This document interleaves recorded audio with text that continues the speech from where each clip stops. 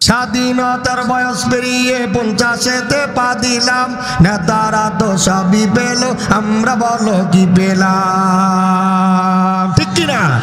স্বাধীনতার বয়স পেরিয়ে 50-এতে পা দিলাম, নেতারা তো সবই পেল, আমরা বলো কি পেলাম? শান্তির লাইগা কান্দা মরি, শান্তির কোনো নাহিলে, দেখতে দেখতে গোল্লায় গেল আমার সোনার বাংলাদেশ, দেখতে দেখতে গোল্লায় গেল, আওয়াজ করে, দেখতে দেখতে গোল্লায় গেল আমার সোনার, দেখতে দেখতে গোল্লায় গেল।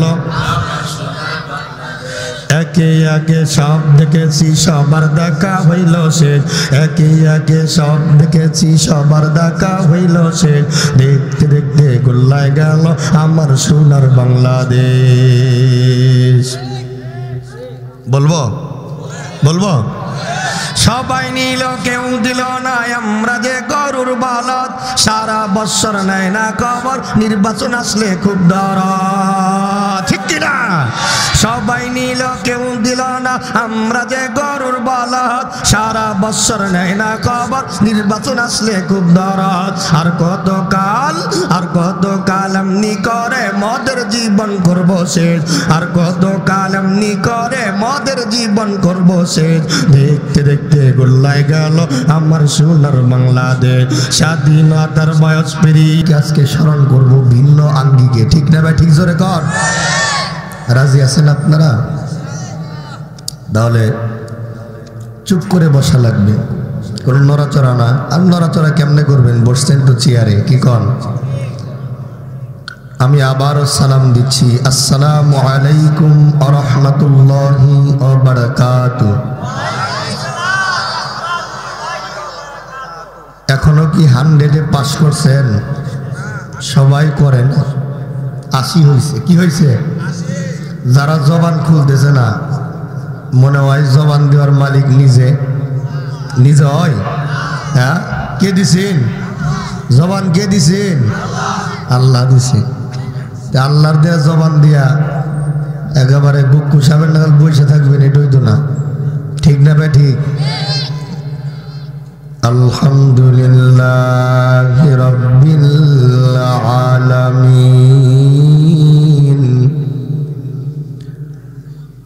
নাহমাদুহু ওয়া নুসাল্লি আলা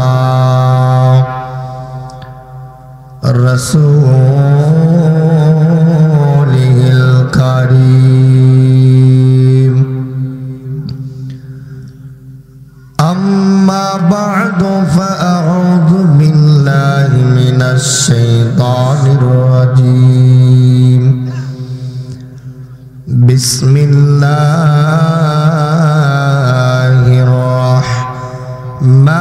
রাহমানির রাহিম। قد أفلح المؤمنون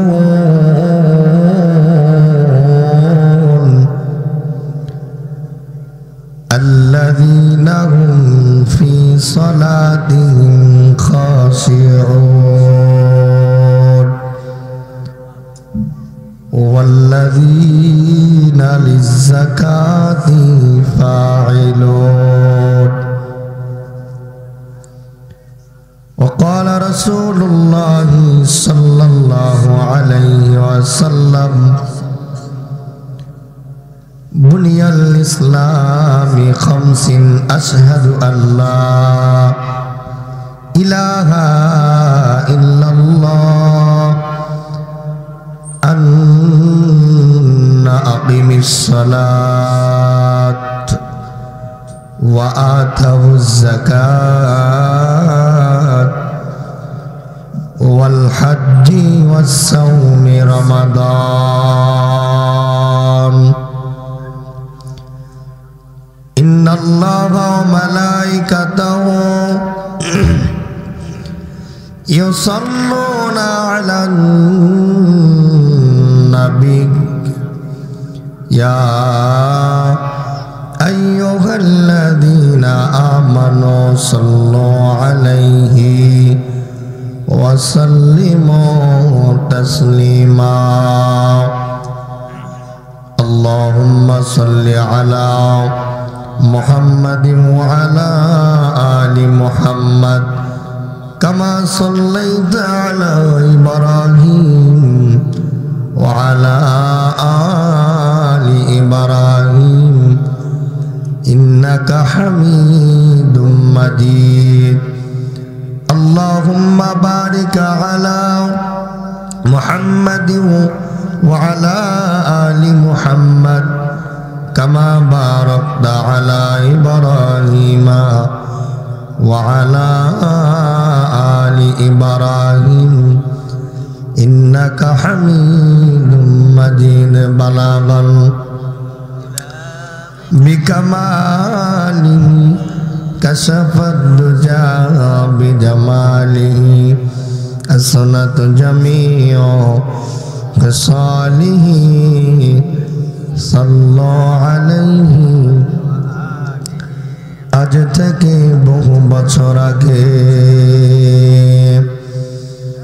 এই দুনিয়ার বুকে ইসলাম নাম ছিল না কবু কোনো মানুষের মুখে, ঠিক কিনা? আল্লাহর দুনিয়া বুঝিয়া শুনিয়া মানুষ ইমানের সাথে চল,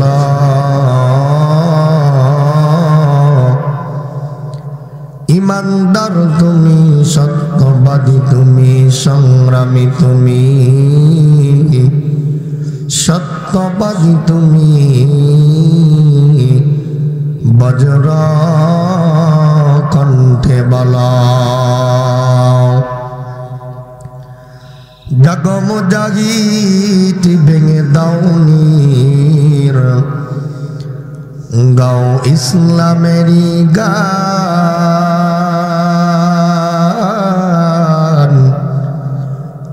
বামপন্থীরা আজ জুট বেঁধেছে করিতেই মুসলিম অপমান। লা ইলাহা লা ইলাহা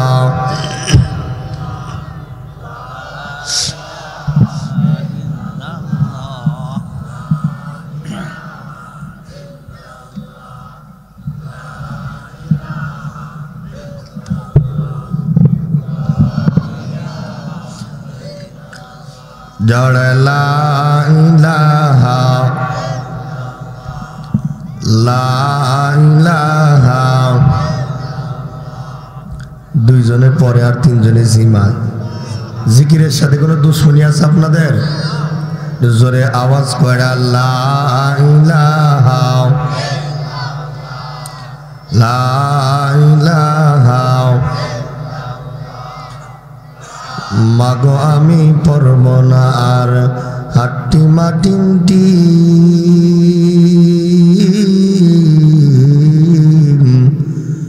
মাদ্রাসাতে যে পড়ব আলিফ লাম আর মিম, মাদ্রাসাতে যে পড়ব আলিফ বাতাসা, স্কুল কলেজে তাহা যায় না যে শিখা, ঠিক কিনা? কে দিল রে তোর লতার গাছে এত বড় কদু,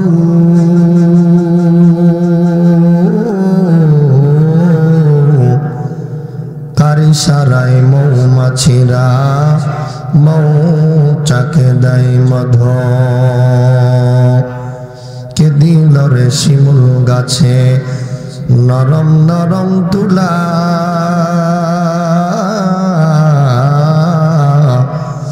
কারা দেশে চতুর মাসে জমিন মাঝে ধুলা। কে দিল রে মরিচ গাছে মরিচা তো জান, কারা দেশে ভাদ্র মাসে গাছে পাকে তাল, ঠিক কিনা? ঝিনুক মাঝে কে দিল রে মুক্তা মনিহার,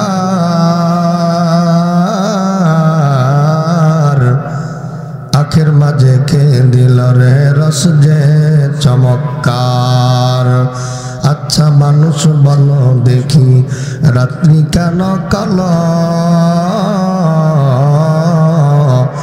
সূর্যি মামা কোথা থেকে পাই যে এত আলো পশু পাখি কয় না কথা মানুষ কেনে কয় আচ্ছা মানুষ বলো দেখি কেমন করে হয় দুধ কেনে এত সাদা মরিচ কেনে জাল দুধ কেনে এত সাদা মরিচ কেনে জাল আমগুলো সব পাকলে পড়ে কেমনে হয় তা লাল আমগুলো সব পাকলে পড়ে কেমনে হয় তা লাল ডিমগুলো সব একই রঙের পার্থক্য নাই মোটে সাদা কালো বাচ্চাগুলো কেমন করে ফোটে আমরা সবাই বাস করি ভাই এই দুনিয়ার রঙে হাতের লেখা মুখের চেহারা মিলে না কারো সঙ্গে আর মিলে না গলার কণ্ঠ বিদ্যাঙ্গুলের টিপ আর মিলে না গলার কণ্ঠ বিদ্যাঙ্গুলের টিপ আল্লাহ তাআলা একজন আছেন প্রমাণ হলো ঠিক আল্লাহ তাআলা একজন আছেন প্রমাণ হলো ঠিক লা ইলাহা জড় লা ইলাহা সুন্দর লা ইলাহা আর জড় লা ইলাহা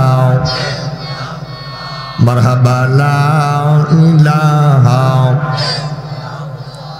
লা ইলাহা ইল্লাল্লাহু মুহাম্মাদুর রাসূলুল্লাহ সাল্লাল্লাহু আলাইহি ওয়াসাল্লাম এখনো দোকানে চাষতলে অযথা যে সমস্ত মুসল্লিয়ান যুবক ভাইরা মুরব্বী বাবাদিরা ঘোরাঘুরি করতেছেন আপনাদের পায়ে হাত রেখে বলবো আজকে এই নোয়াগাঁও না পূর্বপাড়া হিজবুল্লাহ যুব সংগঠনের উদ্যোগে 2 দিন ব্যাপী 13তম তাফসিরুল কোরআন মাহফিলের প্রথম রজনী মহতারাম হাজিরিন আজকের এই মহতি জলসায় আমি আপনি আসতে পেরে বসতে পেরে খুশি না বেজার কল্পনা বেশি আপনারা কি আমার সঙ্গে কিছু কথা বলতে পারবেন মানুষ যখন খুশি হয় তার আওয়াজ কমে না বাড়ে এর জোরে কন্যা কমে না বাড়ে আপনাদের আওয়াজ কমবে না বাড়বে একটাবার জোরে সরে মহান রব মহান মালিক মহান সৃষ্টিকর্তা মহান প্রভুর দরবারে শুকরিয়া দান আদায় করছি আলহামদুলিল্লাহ আর একটু আস্তে বলুন আলহামদুলিল্লাহ লাখ কোটি দরুদ সালাম বর্ষিত হোক মানবতার মুক্তির দিশারি যিনি ছিলেন তদানীন্তনকালে আরবের প্রেসিডেন্ট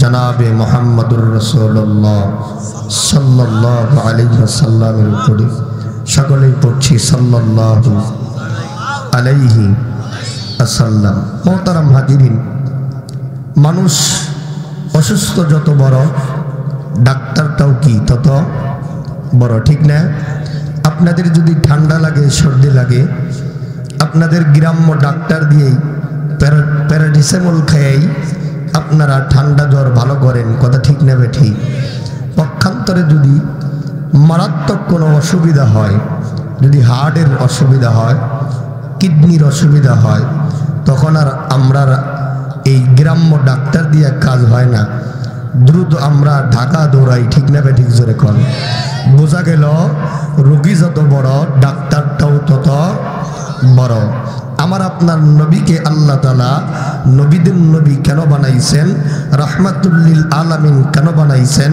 সর্বশেষ নবী হিসেবে কেন পাঠাইছেন কারণ রব্বে কাবা জানেন এই জামানার মানুষগুলো সবচেয়ে বড় রোগী এই জন্য এই জামানার মানুষদের জন্য সবচেয়ে বড় ডাক্তার প্রয়োজন রাসূলকে এই জন্য আগে সৃষ্টি কইরা আমার নবীকে সর্বশেষ দুনিয়াতে পাঠাইছেন সুবহানাল্লাহ তাহলে কি বুঝলেন রোগী যত বড় ডাক্তারটাও তত বড় আমার ভাইরা আমার বন্ধুগণ, বিষয়বস্তু যাওয়ার আগে 6 কথার উপরে আমি আপনাদের কিছু কথা বলতে চাই।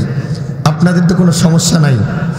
6টি বিষয়ের উপরে আমি আলোচনা করে তারপরে আমি আপনাদেরকে মূল আলোচনায় চলে যাব ইনশাআল্লাহ। এই 6 বিষয়ের ভেতরে 3 কথা হলো সাহাবীদেরকে নিয়ে। একটু ভালো করে বোঝেন, 3 কথা কাদেরকে নিয়ে? আর একটু আস্তে কন, সাহাবীদেরকে নিয়ে। আর 3টি কথা হলো আমার মতো নালায়েক বান্দাদেরকে নিয়ে। বুঝে আসছে? তাহলে 3 কথা কাদেরকে নিয়ে? সাহাবীদেরকে নিয়ে। ভালো করে বুঝবেন, আমি 3টি কথা ডান হাতে রাখলাম, সাহাবীদের 3টি কথা ডান হাতে ছেড়ে দিলাম, পুটলা খুলছি। এটা খুলে আবার যখন সম্পূর্ণটা বুঝায়া গিট্টু দেব, আপনারা পকেটে ভরায় দেব, আপনারা বাড়ি নিয়ে এটা আমল করবেন ইনশাল্লাহ। ঠিক না ভাই? ঠিক। একটু ভালো করে বুঝেন। 1 নম্বরে সাহাবীদের ব্যাপারে যে 3 কথা, আপনারা আমার সাথে বলুন, তারা ছিল কি? আমার সাথে বলুন, সবাই আওয়াজ করে বলুন, তারা ছিল কি? হইল কি? মাঝখানে ঢুকলো কি? বুঝেন নাই আমার কথা? তারা ছিল কি, হইল কি, মাঝখানে ঢুকলো কি? তারা ছিল কি জানেন? এই আমার ভাইরা, আমার বন্ধুগণ, আপনাদের এলাকায় মূর্তি পূজা হয় না? হিন্দু ভাইরা নাই? আছে না? আছে না? এখনো মূর্তি পূজা হয়, কিন্তু যার যার দুর্গার আমার বন্ধুগণ গির্জায়, যার যার আমার বন্ধুগণ দুর্গা পূজার লয়, সেখানে মূর্তি পূজা তারা করে। এর এরিয়ার বাইরে যাইয়া মূর্তি পূজা করার সাহস তারা করে না। কিন্তু ওই সময় যারা ছিল, তারা ছিল কি? তারা মূর্তি পূজা তো করতই। আমার খানায় কাবার ভিতরে 360টা মূর্তি তারা ঢুকাইছেন। কথা কন ঠিক কিনা? তারা কেমন ছিল? কোথাও যদি বের হইয়া যাইত, বের হওয়ার পরে মুসলমান ভাইরা আমার, ওই মানুষগুলো বের হইয়া গোবলের ভেতরে মূর্তি নিয়ে করত। রাস্তার ভেতরে কোন মূর্তি কোন আমল করত। আর যদি উপাসনা করার জন্য কোনো মূর্তি না পাওয়া যাইত, এই জন্য এই মূর্তিগুলো নিয়ে রাস্তায় রাস্তায় গুইরা গুইরা তারা যখন মূর্তি পূজা করত, হঠাৎ করে যখন রাস্তার মোড়ে যখন একটা দামি পাথর দেখত, ওই মূর্তিগুলো ফালাইয়া আবার ওই পাথরের পূজার ভিতরে লিপ্ত হইয়া যাইত। তারা কি ছিল? তারা কি ছিল জানেন? ইতিহাস পড়লে টাকার জন্য মানুষকে হত্যা করত। তারা জাহিলিয়াতের যুগে বসবাস করত, যেটাকে বলা হয় আইয়ামে জাহিলিয়াতের যুগ। মুসলমান বাবাজি বলুন, এখন আমরা জন্ম নিয়ন্ত্রণ করি কিনা? কথা কর না। আমরা এখন জন্ম নিয়ন্ত্রণ করি, আমরা সন্তান জন্ম নেওয়ার আগে। আর তখন তারা জন্ম নিয়ন্ত্রণ করত জন্ম নেওয়ার পরে। যদি দেখতো এটা মেয়ে সন্তান, আর যদি দেখতো ছেলে সন্তান, ছেলে সন্তানকে তারা ভাগ্যবান মনে কইরা ওই সন্তানকে তারা মুসলমান ভাইরা জীবিত রাখত। আর কন্যা সন্তানকে তারা মাটির মধ্যে পুঁতিয়া জীবন্ত মানুষকে হত্যা করত। মেয়ে সন্তানকে তারা কল্যাণময় মনে করত না। এই জন্য তারা ছিল কি? তারা ছিল আমার ভাই, তারা জীবন্ত মানুষকে হত্যা করত, টাকার জন্য মানুষকে খুন করত। বর্বরতার যুগ তারা অবলম্বন করেছে। এর জন্য নবীজি বলেন, এই মানুষগুলো যে বর্বরতার যুগ অবলম্বন করেছিলেন, জাহিলিয়াতের যুগ অবলম্বন করেছিলেন, এর জন্য তাদের 2টা কারণ ছিল। 1 নম্বরে এই মানুষগুলোর ভেতরে দিন ছিল না। 2 নম্বরে এই মানুষগুলোর ভিতরে কোনো ইলম ছিল না। কি ছিল না? 2টা জিনিস না থাকার কারণে এই মানুষগুলো নিজের আপন মেয়ে পর্যন্ত তারা মাটিতে পুঁতে রাখত। মানুষের কাছে টাকার জন্য মানুষকে হত্যা করত, দেবার দেবতার পূজা করত। আমার ভাই, আজ থেকে বহু বছর আগে আল্লাহর নবীকে আল্লাহ তাআলা এই দুনিয়ার জমিনে পাঠাইয়া, আমার নবীকে আল্লাহ রাহমাতুল লিল আলামিন বানাইয়া तमाम পৃথিবীর মানুষকে দুনিয়ায় পাঠাইয়া, এই মানুষগুলো যখন আসলো এ বাজার,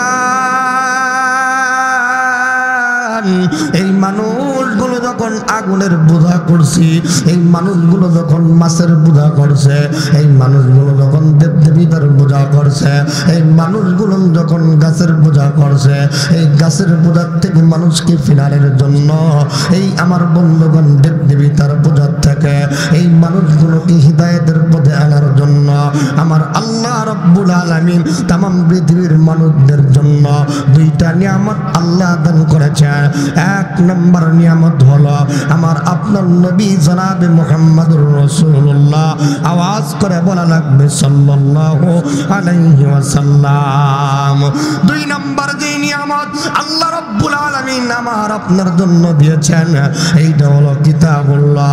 এক নম্বরে নবীকে আল্লাহ নিয়ামত স্বরূপ, দুই নম্বরে আমার আপনার নবীর উপরে নাযিলকৃত যে 30 পারা গ্রন্থ আল কোরআন, এই কোরআনুল কারীম तमाम পৃথিবীর জন্য আল্লাহ তাআলা হেদায়েতের বাণী হিসেবে মুহাম্মদুর রাসূলুল্লাহর উপরে আমার আল্লাহ নাযিল কইরা तमाम পৃথিবীর মানুষদেরকে জানায় দিলেন। মানুষ এই तमाम পৃথিবীর মানুষদেরকে আল্লাহ ঘোষণা দিয়া দিয়েছে, এ মানুষ তোমরা যদি গুনাহ থেকে বাঁচতে চাও, এ মানুষ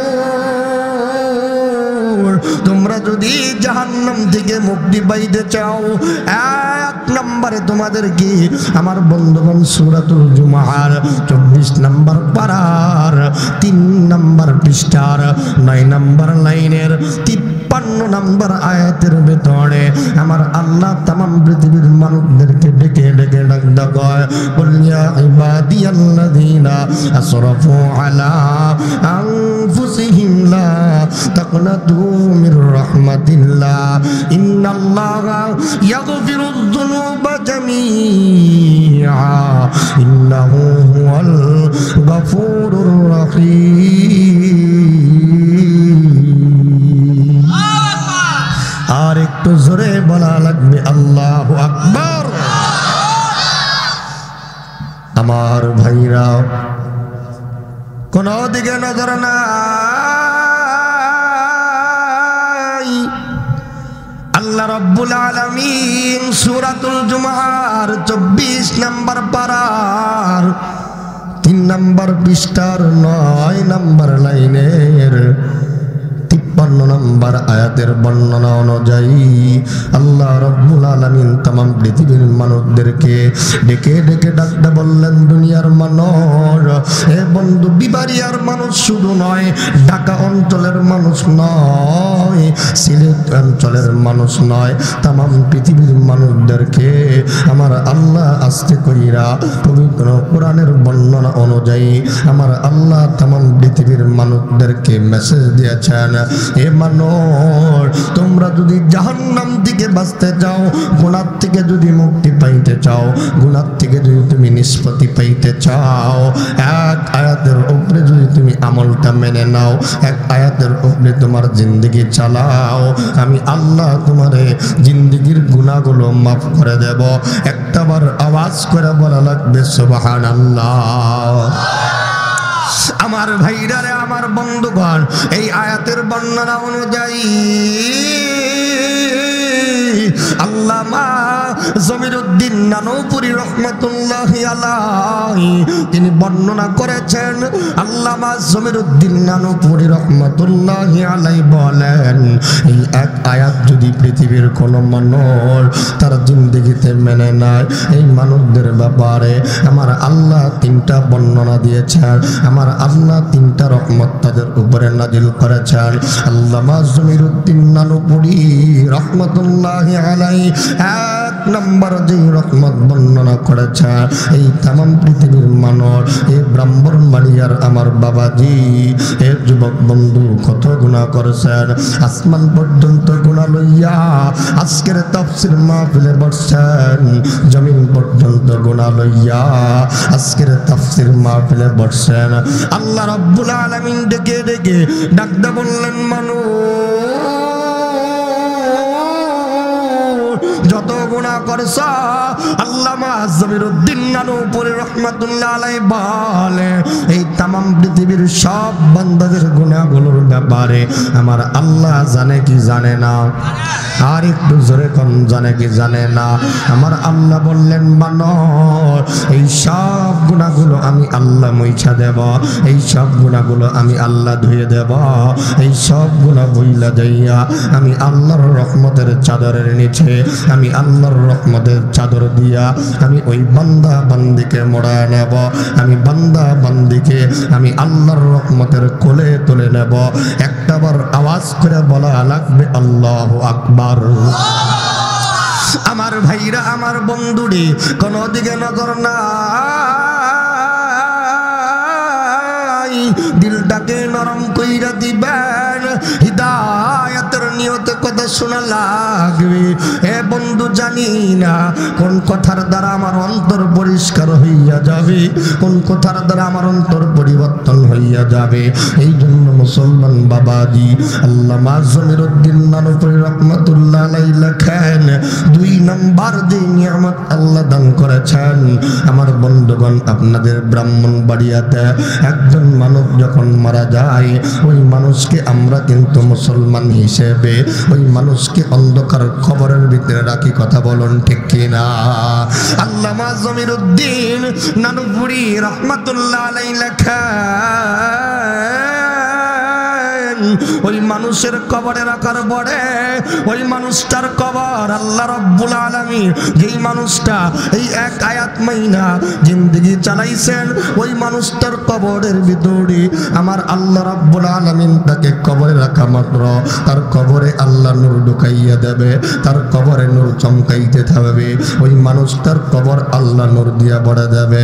আল্লামা জমিরুদ্দিন নানুপুরী রাহমাতুল্লাহ আলাইহি বলেন ওই মানুষটাকে যখন কবরের ভিতরে রাখবে আপনাদের আমার বন্ধুগণ ব্রাহ্মণবাড়িয়া শহর থেকে ওই মানুষের জন্য আমার বন্ধুগণ কাফনের কাপড় আইনা চকলেটের মতো পেঁচাইয়া ওই মানুষকে যখন কবরের ভিতরে রাখবে আল্লামা জমিরুদ্দিন নানুপুরী রাহমাতুল্লাহি আলাইহি তার কিতাবের ভিতরে বর্ণনা করেছেন নরমাল কাপড় দিয়ে তারে পেঁচাইলে কি হবে, ওই মানুষটা যখন কবরের ভিতরে যাবে আমার আল্লাহ 3 নাম্বার যে নিয়ামত দিবে, 3 নাম্বার যে রহমত বান্দার উপরে নাজিল করবে ওই কবরের মানুষের কবরের ওই লাশটাকে পেঁচানোর কাপড় নরমাল কাপড় থাকবে না, আমার আল্লাহ জান্নাতের কাপড় পরিধান করাইয়া দেবে। আর একটু জোরে জোরে সুবহানাল্লাহ বলেন। আমার ভাইরা আমার বন্ধু এই জন্য গুনাহ মাফ করার দরকার আছে না নাই? আর একটু জোরে বলা লাগবে আছে না নাই? আমি বলতেছিলাম বাবাজি তারা ছিল কি হইল কি এই মানুষগুলো যখন মূর্তি পূজা করতো, এই মানুষগুলো যখন লাত উজ্জার পূজা করতো, এই মানুষগুলো একেবারে অন্ধকার যুগে ছিল, বর্বরতার যুগে ছিল, যেখানে তারা আমার বন্ধুগণ আল্লাহর পরিচয় পাইত না, নবীর পরিচয় ছিল না, কোরআনের পরিচয় ছিল না, ইসলামের পরিচয় ছিল না। ওই অন্ধকার যুগের মানুষগুলোকে আমার আল্লাহ আলোকিত করার জন্য রহমাতুল লিল আলামিনকে রহমত হিসেবে আমার নবীকে প্রেরণ করেছেন আর তার উপরে নাজিল করেছেন 30 পারা গ্রন্থ আল কোরআন। একটাবার আওয়াজ করে জোরে বলা লাগবে সুবহানাল্লাহ। আমার ভাইরা আমার বন্ধুরে কোন দিকে নজর না, আল্লাহ নবীর উপরে 30 পারা নাজিলকে দোয়াল কোরআন নাজিল হইয়া গেছে। এ বন্ধু ওই মানুষগুলো যখন এই কোরআনকে মাইনা নিছেন ওই মানুষগুলো এই কোরআনকে মানার কারণে ওই মানুষগুলো আমার বন্ধুগণ তারা ছিল কি, আবার ওই মানুষগুলো এখন হইল কি। আমার বাবাজি আমার বন্ধু একটা আমার মিসাল দিলে আপনারা খুব ভালো করে বুঝতে পারবেন ওই মানুষগুলো কি ছিল আর কি হইয়া গেছে। আল্লাহর নবীর সাহাবী আমার বন্ধুগণ হযরত ওমর রাদিয়াল্লাহু তাআলা আনহু আমার বন্ধুগণ যখন রাষ্ট্রনায়ক ছিলেন, তিনি যখন রাষ্ট্র পরিচালনা করতেন, এমন সময় আমার বন্ধুগণ একজন সাহাবী আমার বন্ধু বন্ধুগণ সাঈদ ইবনে আমার বন্ধুগণ হযরত সাঈদ রাদিয়াল্লাহু তাআলা আনহু হযরত সাঈদ রাদিয়াল্লাহু তাআলা আনহু আমার ভাই এমন ওমর যেই ওমরের সামনে কারো দাঁড়ানোর সাহস নেই ঠিক কিনা বলে যেই ওমর যেই রাস্তা দিয়ে হাঁটতো ওই রাস্তা দিয়া শয়তান পর্যন্ত যাওয়ার সাহস ছিল ঠিক কিনা বলুন শয়তান যাওয়ার সাহস আছে আছে আছে শয়তান তো যাওয়ার সাহস নাই আমরাও যে রাস্তা দিয়ে হাঁটি ওই রাস্তা দিয়েও শয়তান যায় না কেন যায় না জানেন কারণ জানে যে আমার চাইতে বড় শয়তান এইটা ঠিক না ঠিক ও জানে যে আমার চাইতে বড় শয়তান এজন্য আমার দিকে আপনার দিকে আমরার দিকেও ডরায় কিন্তু আমরার দিকে ডরাই যে আমরার চাইতেও বড় শয়তান মানুষ এই জন্য ওর কাছে যাইতে ভয় পায় ঠিক না ঠিক হযরত ওমরকে দেখে ভয় পাইতো যে ওমর যে রাস্তায় হাঁটে ও রাস্তায় আমাকে যাওয়া যাইত না ও রাস্তায় আমি যাব না এই এত বড় একজন আল্লাহর পাওয়ারফুল একজন সৈনিক ছিলেন হযরত ওমর রাদিয়াল্লাহু তাআলা আনহু এই ওমরের শাসন আমলে হযরত সাঈদ রাদিয়াল্লাহু তাআলা ডেকে ডেকে ডাক দিয়ে বলতেছে হুজুর আমিরুল মুমিনিন রাজ্য চালান প্রেসিডেন্ট হইছেন তো হিসাব কইরা রাজ্য চালায়েন সুবহানাল্লাহ প্রেসিডেন্ট হইছেন তো হিসাব করে রাজ্য চালায়েন আমিরুল মুমিনিন হযরত ওমর রাদিয়াল্লাহু তাআলা আনহু আস্তে কইরা ডাক দেয় কয় সাঈদ রাজ্য একা যদি আমি পরিবর্তন করতে চাই আমার একার দ্বারা রাজ্য পরিবর্তন করা সম্ভব না ঠিক কিনা বলেন এ সাঈদ আমি তোমাকে আমার ভাইরা সিরিয়ার আমি তোমাকে পরিধান করেছি আমি সাঈদ গভর্নরের কাছে এই 1-2 টুকরা কাপড় ছাড়া আর বাকি কোনো কাপড় নাই বাকি কোনো পোশাক নাই একটি মাস এই অফিসে এই পোশাক পরিধান করার কারণে আমার শরীর দিয়ে যে দুর্গন্ধ বের হয়েছে অফিসের লোকেরও কষ্ট হয় আমি সাঈদের অনেক কষ্ট হয় আমিরুল মুমিনিন হযরত ওমর এই জন্য একটা দিন আমি আমার এই পোশাকগুলো ধুইয়া পরিষ্কার কইরা তারপরে অফিসে আসি বটে কিন্তু একটু দেরিতে আসি এই লোকটা মনে হয় আমার বন্ধুগণ আমি আসার আগেই চলে যায় হযরত ওমর বুঝতে পারলেন অভিযোগের ধরনটা কি আমি আপনাদের কাছে প্রশ্ন করতে চাই সবচেয়ে বাণিজ্যিক শহর হলো সিরিয়া সেই সিরিয়ার যিনি গভর্নর তিনি তো সবচেয়ে ধনী হওয়ার কথা ছিল সবচাইতে রাজকীয় অবস্থায় থাকার কথা ছিল সবচাইতে আমার বন্ধুগণ প্রটোকল নিয়ে চলার কথা ছিল কিন্তু সাঈদ রাদিয়াল্লাহু তাআলা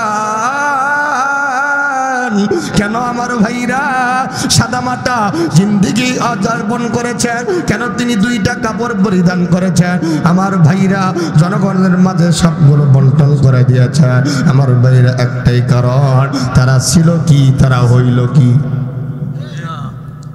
বুঝছেন তারা ছিল কি তারা হইল কি মাঝখানে আবার বলেন তারা ছিল কি সবাই আওয়াজ করে তারা ছিল কি আরো জোরে জোর হলো না জোরসে বলেন সামনে নির্বাচন আসতেছে তখন তো খুব বলবেন কথা ঠিক না ঠিক আসতেছে না নির্বাচন অমুক ভাই তমুক ভাই ছাড়া উপায় নাই অমুক ভাইয়ের চরিত্র ফুলের মতো পবিত্র নামাজ নাই একুক্ত স্বাধীনতার 53 বছর চলতেছে এরপরেও আমরা স্বাধীন মমতে এখন পর্যন্ত আমরা সেই যার জন্য দেশ স্বাধীন হয়েছে লাখো শহীদের বিনিময়ে এ দেশটা আমরা স্বাধীন করেছি লাখো মায়ের ইজ্জতের বিনিময়ে এ দেশটা আমরা স্বাধীন করেছি সেই স্বাধীন মমত্ব পেয়েছি কিন্তু এখনো ব্যক্তিত্ব স্বাধীনতা আমাদের ভিতরে অর্জন করতে পারি নাই ঠিক কিনা বলে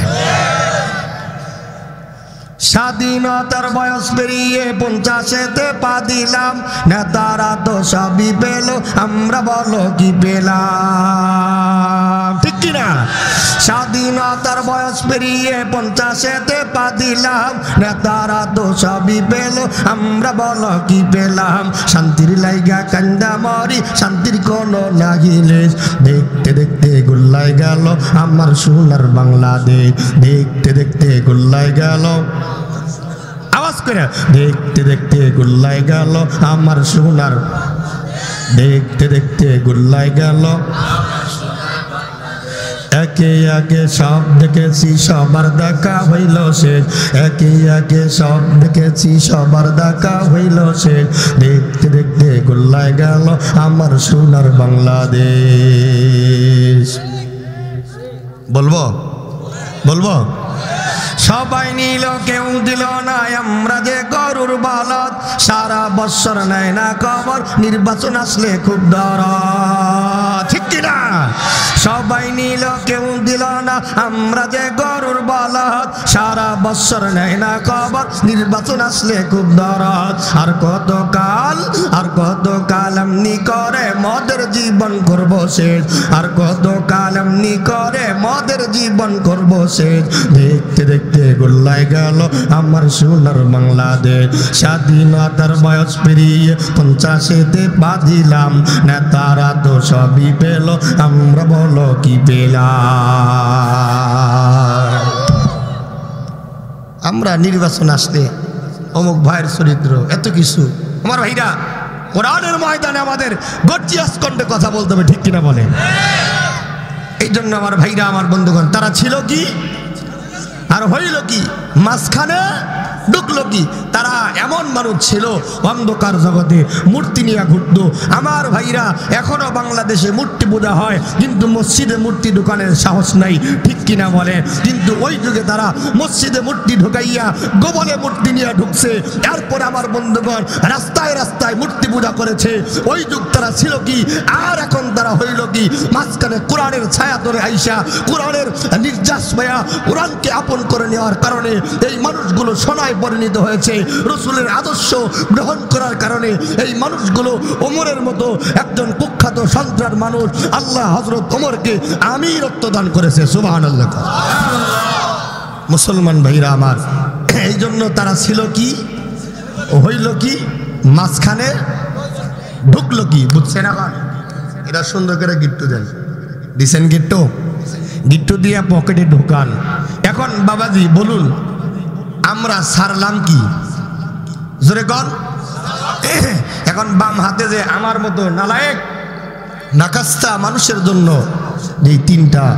এই তিনটা তারা ছিল কি আমরা সারলাম কি ধরলাম কি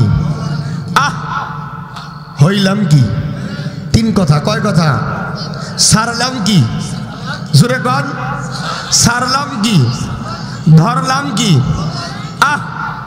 হইলাম কি এবার বোঝেন আমার ভাইরা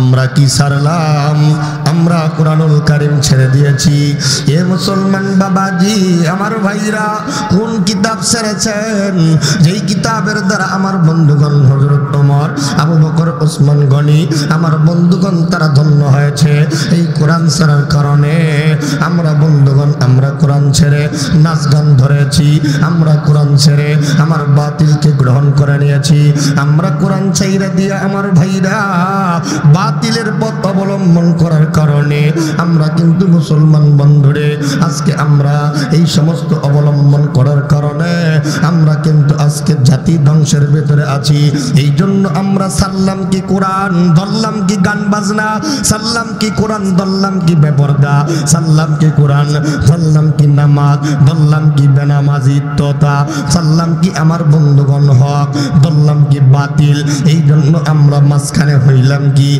পুরা কপাল মুসলমান আমাদের কপালটা বইরা ফালাইলা সংক্ষিপ্ত কথা সময় আমার কতটুক জানি না সময় আমার অল্প করা যাবে না কোরআন হাদিসের বেশি গল্প কথা কোন ঠিক কিনা আমার ভাইরা আমার বন্ধু কোনো দিকে নজর নাই পবিত্র কোরআনুল কারীম থেকে এই পুতলাটাও আমি আপনাদের গিফট দিয়া বাম পকেটে ঢুকা দিলাম বাড়ির যায়া আপনি খুইলা আমল করতে জন্য চেষ্টা করবে আমার মুসলমান ভাই পবিত্র কোরআনে আল্লাহ রাব্বুল আলামিন সূরাতুল মুমিনুনের ভিতরে আমার আল্লাহ तमाम পৃথিবীর মানুষদেরকে জানায় দিয়েছেন কদ আফলাহাল মুমিনুন